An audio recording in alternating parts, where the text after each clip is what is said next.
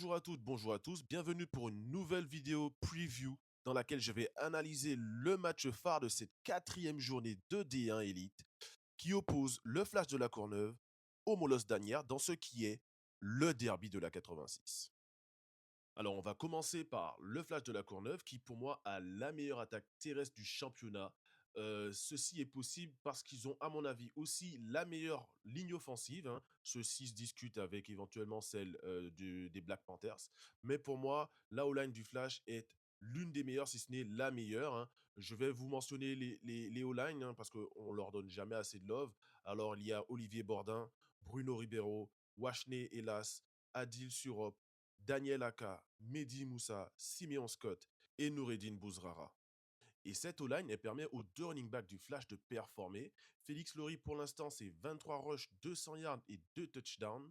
Judson Saint-Louis, 22 rushs pour 185 15 yards et 1 touchdown, ce qui fait quasiment 400 yards à la course en 3 matchs.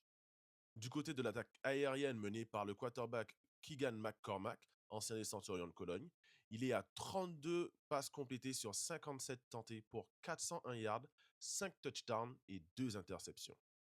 Alors pour le coup, ce sont des statistiques plutôt décevantes en ce qui concerne le jeu aérien, quand on sait qu'ils ont rencontré les deux plus mauvaises équipes de la conférence Nord, à savoir les Léopards de Rouen et les Diables Rouges de Villepinte. Et quand ils ont rencontré les Black Panthers, eh ben, l'attaque du Flash de la Courneuve a généré 0 point.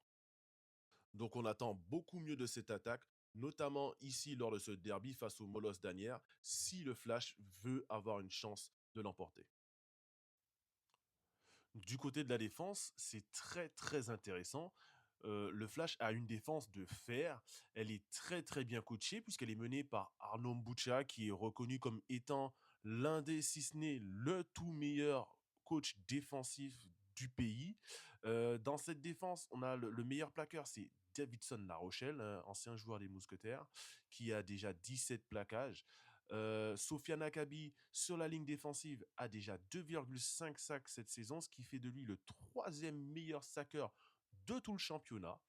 Et c'est une défense qui n'a encaissé en 3 matchs que 30 points, donc une moyenne de 10 points par match. Alors, toujours à remettre en contexte, ils ont rencontré les Léopards et les DR sur les 3 matchs. Donc, ce ne sont pas les meilleures équipes du championnat.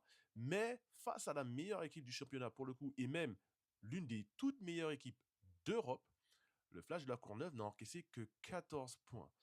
Donc c'est un vrai crédit à cette défense, encore une fois, qui commet très peu d'erreurs et qui est très très bien coachée et super disciplinée.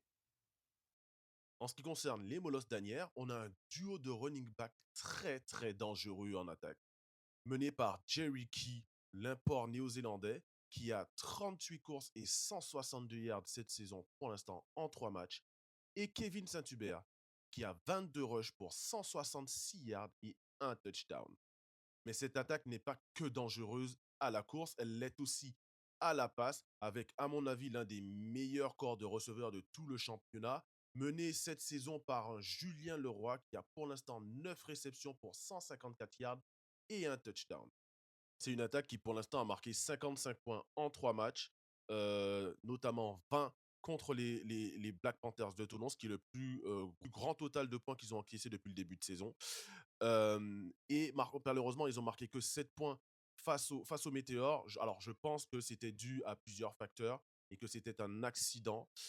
Ils se sont bien rattrapés le week-end dernier en s'imposant 28-0 face aux Léopards de Rouen avec une excellente performance offensive qui est grandement due à leur nouveau quarterback, AJ Abbott, l'ancien d'Oregon, qui a vraiment fait réaliser un match exceptionnel, qui a été bon, efficace à la passe et très bon à la course. Il nous faisait vraiment penser à Brodian sur certaines courses. Donc, c'est un quarterback qui est intéressant. Alors, selon la rumeur de Bijac, il ne devrait pas rester au-delà du match face au Flash. Mais en tout cas, ça veut dire qu'il sera là ce samedi et qu'il aura un impact lors de cette rencontre. Et il sera très important si les Molos veulent gagner que Eddie Abbott performe au niveau auquel il a performé face aux Léopards de Rouen.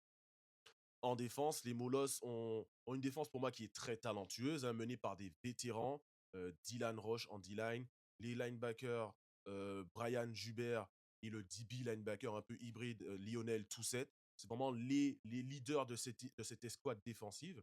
Au poste de corner, on a Nelson Solé qui est un jeune joueur très intéressant avec beaucoup de potentiel. Il a déjà une interception cette saison. Le meilleur plaqueur pour l'instant, c'est un D-line, hein, Kenny Tia, qui a 8 plaquages.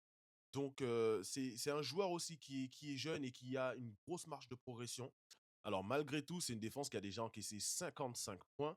Mais en fait, les 55 points ont vraiment été encaissés en 2 matchs, puisqu'ils ont fait un shutout la semaine dernière. Ils ont encaissé 0 points face aux Léopards de Rouen.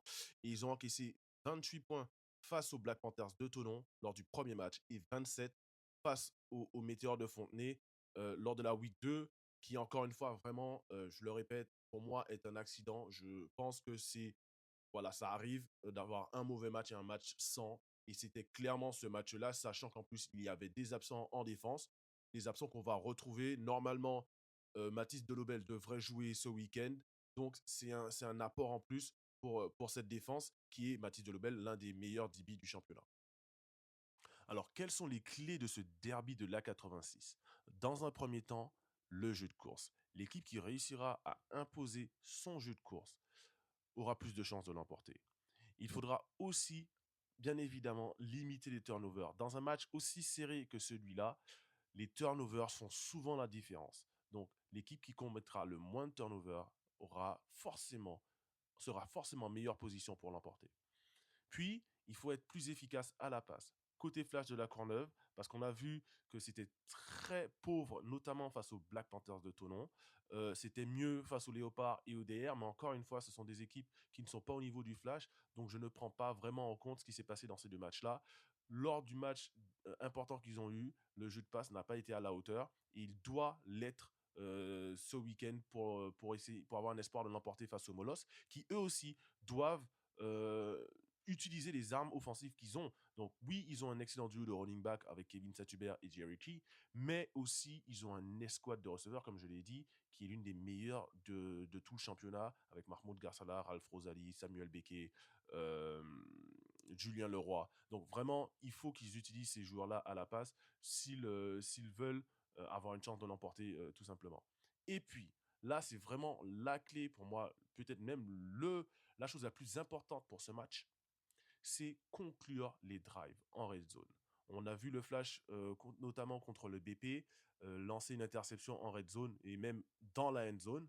Et pareil pour les Molos, conclure les drives. Les Molos sont trop souvent arrivés dans la red zone adverse et repartis sans points.